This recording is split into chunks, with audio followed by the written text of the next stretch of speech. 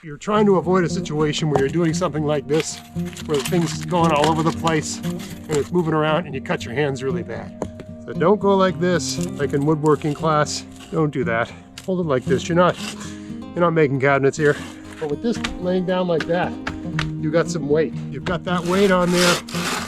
You can use both hands. Use the full length of the saw. Get your body into it. Okay. Now you can just break it in half, right? One more time. Hey, it's Greg here with Outdoors on the Cheap, and I thought I'd just show you a couple little tips on using a bow saw safely when you're cutting things and whatever you're using is a little bit unsteady. You got to steady it with your hand, or you haven't got a proper sawhorse, that sort of thing. Just a couple little tricks to put in your little trick book for when you're out in the bush and you're trying not to injure yourself while you're processing wood. Okay, let's go. Okay, so this is something you're going to do if you've got a stump. All right, here I've got a tipped over tree. Okay, and I just work a little wedge.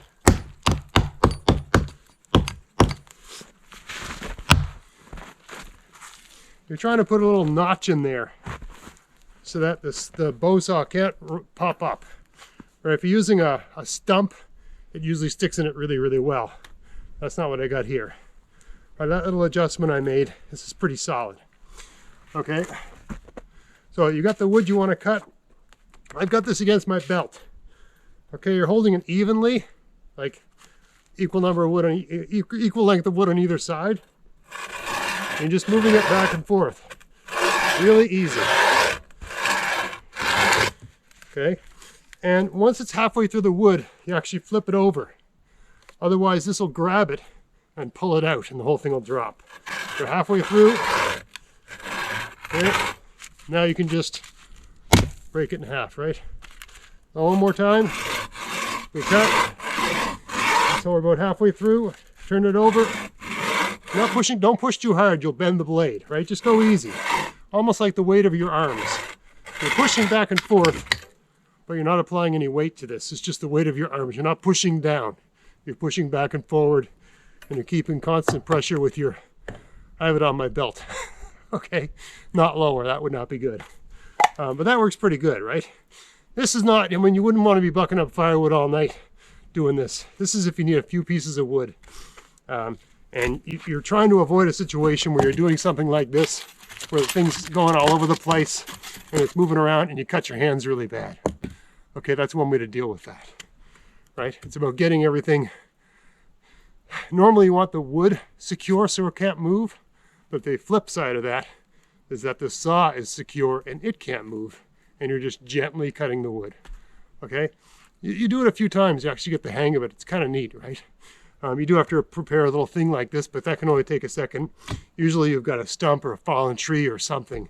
Just something you can drive that. You've got that little corner. You can drive that corner into. This isn't always practical for folding, collapsible bow saws, collapsible buck saws, right? That's why, I mean, I did a whole video on buck saws and bow saws and why I sort of prefer the fixed configuration. Yes, it doesn't pack as well, but you can just strap it on the back of your backpack. Then you've got this really nice rigid, I mean, what do you need in a saw? Rigidity. What do you need the buck saw to be? Rigid. Right? Well, what's more rigid than a one-piece construction? All right, anyway, I beat that topic to death in that video. But yeah, that's all you got to do for this. Anchor in that little spot you made. Get it on your, I don't know, I like the belt. I don't want it in my navel. I like it right against the belt buckle. Also, you get the heavy leather there, right? And you're not pushing down hard. You're just going very gently, right? Halfway through, roll it over. I like to start on the pull. There you go, okay? That's how you do that. A little tip when you're holding a piece of wood to cut. Instinctively, you want to hold it here and almost use your hand to guide the saw the way you would with a woodworking saw. Okay? But this is especially risky if you're going barehanded if you do this, sometimes the saw just hits something, it bounces up, and it takes a big piece of your finger away. Okay, so the solution to that, you can see I got a wobbly piece here. Okay, now there's lots of ways I can secure it, but let's say I'm just in a rush and I want to cut this thing. You hold it like this. Now this can't jump anywhere because my arm's on top of it. Okay, so you just hold it like that. And you got a safe operation of the bow saw, right? So don't go like this, like in woodworking class. Don't do that. Hold it like this. You're not making cabinets here. And go like that, okay? You can't jump around. It's going to hit your arm. You can even hold your arm down a little bit to maintain contact.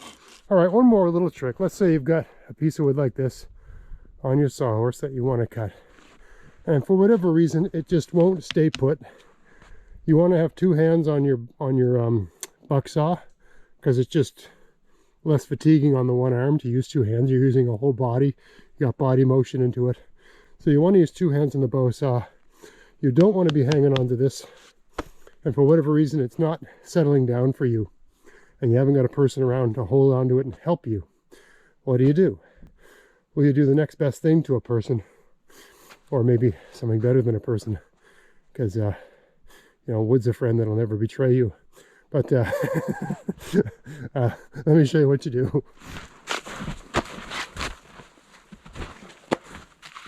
So the trick is you just get a really big heavy log.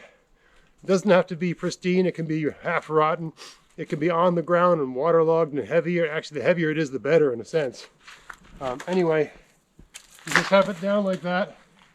And on top of the thing you're going to cut, right? And its weight. So, I mean, there's lots of different ways you can lay it, but you don't want it moving around. So I would say have about 2/3 of it on this side and 1/3 of it on this side, or roughly that configuration. Okay, but with this laying down like that, you've got some weight. So now when you go to cut, you've got that weight on there. You can use both hands, right? You can use the full length of the saw. You can get your body into it. Right? And you can get through all that wood with without too much, without fatiguing yourself and wearing yourself out. Maybe have a nice cold beer while you're doing it. All right, so two ways to cut wood with a bow saw when you're trying to steady it, right? When the wood's unstable, you haven't got a proper setup, the wood's wobbly in some way and you're steadying it with your hand, or the other way I showed where you steady the saw, right? And everything's being steady, but you're sort of using your body and a fixed point on the ground to get everything steady. Both are very safe once you get the hang of them. I hope you found this interesting. If you did, please like, share, subscribe, and until next time, enjoy the outdoors on the cheap. Thanks for watching.